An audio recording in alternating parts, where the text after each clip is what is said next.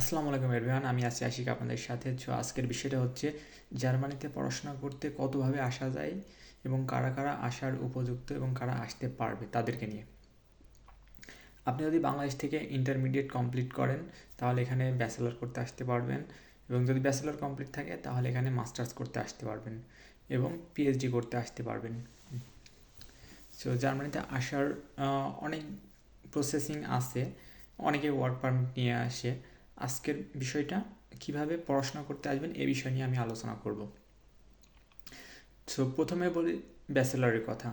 যদি আপনারা ব্যাচেলর করতে আসেন এখানে, সেক্ষেত্রে আপনাদের যে ডকুমেন্টসগুলো প্রয়োজন হবে সেটা হচ্ছে আপনাদের SSC intermediate SSC certificate and টাস্কেট মাস্ট থাকা লাগবে, এবং বাংলাদেশের যে কোনো ইউনিভার্সিটি থেকে, যে কোনো ইউনিভার্সিটি বলতে এটা অ্যানাবিন লিস্টেড হতে হবে।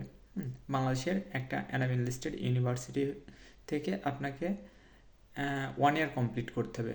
দ্যাট মিনস 25%, 25% ক্রেডিট আপনাকে কমপ্লিট করতে হবে, বা 1 ইয়ার। যদি আপনি ন্যাশনালে পড়েন 1 বছর পড়তে হবে, যদি আপনি পাবলিক ইউনিভার্সিটিতে যে কোনো বিষয়ের উপর পড়েন সেক্ষেত্রে 1 বছর পড়াশোনা করা লাগবে। যদি আপনি প্রাইভেট ইউনিভার্সিটি পড়েন, বাংলাদেশের প্রাইভেট ইউনিভার্সিটি ম্যাক্সিমাম অ্যানাবিন লিস্টেড, কিছু ইউনিভার্সিটি বাদে যেগুলো ব্ল্যাক লিস্টেড ইউনিভার্সিটি, যেমন চট্টগ্রামে একটা আছে, ঢাকাতে কয়েকটা আছে, এবং করোনার সময় অনেক অস্থায়ী ক্যাম্পাসের কারণে কয়েকটা এইচ প্লাস মাইনাস। যদি এইচ প্লাস মাইনাস থাকে এটা কোনো সমস্যা নাই, আপনাকে এইচ প্লাস মাইনাস হলে হবে, জাস্ট ব্ল্যাক লিস্টেড ইউনিভার্সিটিগুলো অ্যাকসেপ্ট করবে না জার্মান সরকার বা জার্মান ইউনিভার্সিটি। আর বাংলাদেশে 1 বছর কমপ্লিট করার পরে আপনি জার্মানিতে প্রসেসিং করতে অ্যাপ্লাই করতে পারবেন ফর ব্যাচেলারের জন্য। যদি আপনি ব্যাচেলর 1 বছর কমপ্লিট করেন কম্পিউটারের উপরে, তাহলে জার্মানিতে কম্পিউটার রিলেটেড যে কোনো সাবজেক্টের উপরে আপনি অ্যাপ্লাই করতে পারবেন। কম্পিউটার, সিএসসি ইঞ্জিনিয়ারিং, কম্পিউটারের অনেকগুলো ডিপার্টমেন্ট আছে কম্পিউটারের মধ্যে, যেমন artificial intelligence, information technology, computer engineering, and কম্পিউটারের ভিতরে অনেকগুলো সাবজেক্ট আছে, আসলে স্পেসিফিকভাবে ওইভাবে নাম মেনশন করতে পারছি না, তবে যদি একটু গোল করে নেন কম্পিউটার রিলেটেড অনেকগুলো পাবেন আর কি। অটোমেশন আছে, অটোমোটিভ, অটোমোবাইল, এগুলোতে অ্যাপ্লাই করতে পারবেন। রিনিউয়েবল এনার্জি, এই সাবজেক্টগুলো কম্পিউটার রিলেটেড। যদি ইলেকট্রিক্যালে পড়েন তাহলে আমি একজন ইলেকট্রিক্যালের ইঞ্জিনিয়ার, আমি যেহেতু ইলেকট্রিক্যালে পড়ছি এটা আমি ভালো বলতে পারবো। এবং প্রত্যেকটা সাবজেক্টের সাথে অনেকগুলো রিলেটিভ সাবজেক্ট থাকে, নাই বইলা কোনো শব্দ নাই, সব কিছু আছে, আপনাকে একটু রিসার্চ করে বের করে নিতে হবে। যদি এটা আপনি করেন আপনার জন্য বেস্ট হবে, আর যদি অন্য কেউ করে অবশ্যই আপনাকে সার্চ দেওয়া লাগবে, অথবা আপনার তার পিছনে ঘোরা লাগবে। মানে আপনি সেম সময়টা নষ্ট করবেন, কিন্তু আপনি অন্যজনকে চার্জও দিবেন, প্লাস অন্যজনকে দিয়ে করাই নিচ্ছেন। হ্যাঁ, এটা আপনার জানার থাকছে না।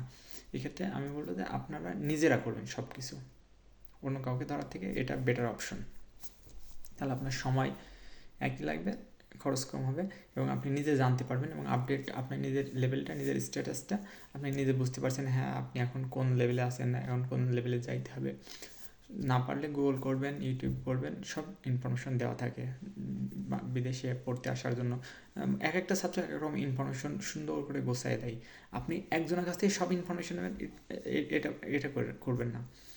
আমি হয়তো আজকে এই ভিডিওর ভিতরে সব কিছু ক্লিয়ারলি উপস্থাপন করতে পারবো না, তবে এই রিলেটেড আরও 2-4টা ভিডিও দেখেন, তারা কীভাবে পেপার রেডি করছে বা কীভাবে গোছাইছে, এর উপর ভিত্তি করে আপনি পেপার রেডি করেন, আপনি আপনার প্রসেসিং করেন, ধাপে ধাপে সময় নেন। বাইরে যদি পড়তে আসার ইচ্ছা থাকে তাহলে আপনি ইন্টারমিডিয়েট ফার্স্ট ইয়ার শেষ হবে, সেকেন্ড ইয়ারে থেকে আপনি 6 মাস সময় দেন, অ্যাটলিস্ট 6 মাস সময় দেন। কীভাবে ডকুমেন্টস রেডি করতে হয়, কী কী ডকুমেন্টস প্রয়োজন, কোন ইউনিভার্সিটিতে আপনার প্রোফাইলটা ম্যাচ করতেছে, কোন ইউনিভার্সিটিতে আপনার রিকোয়ারমেন্ট ফুলফিল হচ্ছে, কোন ইউনিভার্সিটিতে টিউশন ফিস কম, কোন ইউনিভার্সিটিতে বেশি, কোথায় অ্যাপ্লাই করলে আপনি যাইতে পারবেন, তাদের অ্যাপ্লাই প্রসেসিং কীভাবে হয়, কোন এজেন্সির মাধ্যমে হয় নাকি ডিরেক্ট ইউনিভার্সিটি অ্যাপ্লিকেশন, কী কী ডকুমেন্টস প্রয়োজন আছে, ডকুমেন্টটা কোথায় থেকে রেডি করতে হয়, নোটারি করা লাগে কি লাগে না, অরিজিনাল ডকুমেন্ট সেন্ড করা লাগে।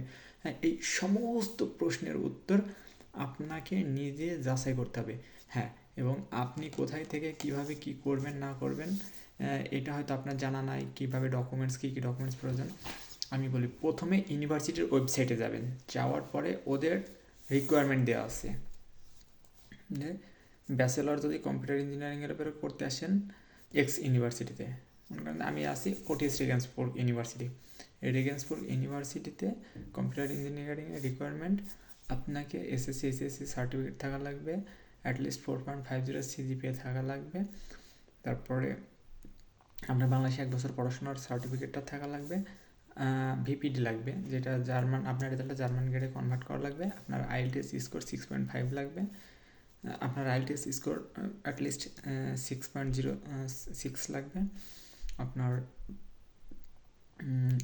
স্টাডি গ্যাপ যদি থাকে সেটা কোনো সমস্যা হবে না, স্টাডি গ্যাপ নিয়ে সমস্যা হয় না জার্মানির ক্ষেত্রে।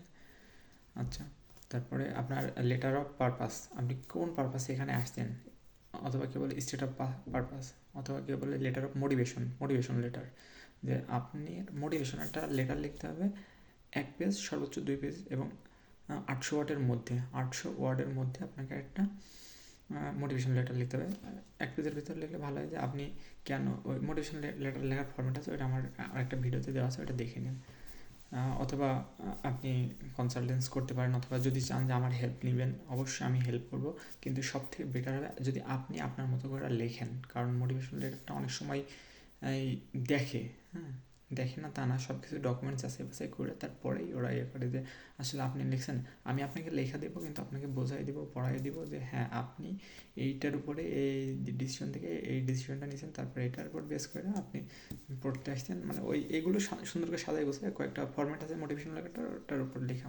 আচ্ছা, মোটিভেশন লেটার লাগলো, আইডিয়াস হয়ে গেছে, আর কি থাকছে এখন, ইউনিভার্সিটির টিউশন ফিস কত দিনের পেড করা লাগে, 1 সেমিস্টারের নাকি 2 সেমিস্টার, জার্মানিতে বেশিরভাগ 2 সেমিস্টারের মোটিভেশন অ্যামাউন্টটা পেড করা লাগে। হ্যাঁ, তো ওভারঅল যদি চিন্তা করেন তাহলে আপনাকে সব বিষয়টা সুন্দর এবং নিখুঁতভাবে যাচাই বাছাই করে দেখা তারপরে আপনি বাংলাদেশে অ্যাপয়েন্টমেন্ট নেন, অ্যাপয়েন্টমেন্ট নিতে কী কী লাগে ওইটারও একটা ভিডিও আছে, প্রত্যেকটা মানে এই জিনিসটা কিন্তু একদিনের না, আমি একটা এখন 7 সেকেন্ডে বলছি, 7 মিনিটে বলছি, কিন্তু আপনার দেখতে কিন্তু যদি আপনি রিসার্চ শুরু করেন বা গবেষণা শুরু করেন বা পড়তে আসতে চান, আপনি যখন একটা বা একটা করে করবেন, তখন আপনি দেখবেন 5 থেকে 6 মাস সময় লাগবে। হ্যাঁ, আপনি যদি বেশি এক্সপার্ট সময় দেন, বেশি পরিমাণে সময় দেন এটার উপরে, তাহলে আপনার সময়টা একটু কম লাগবে। তাছাড়া আমি মনে করি যে না, একটা স্টুডেন্টের প্রিপেয়ার হতে একটু সময় লাগে। হ্যাঁ, আর আমার মতো যারা গাধা স্টুডেন্ট তাদের একটু সময় লাগে।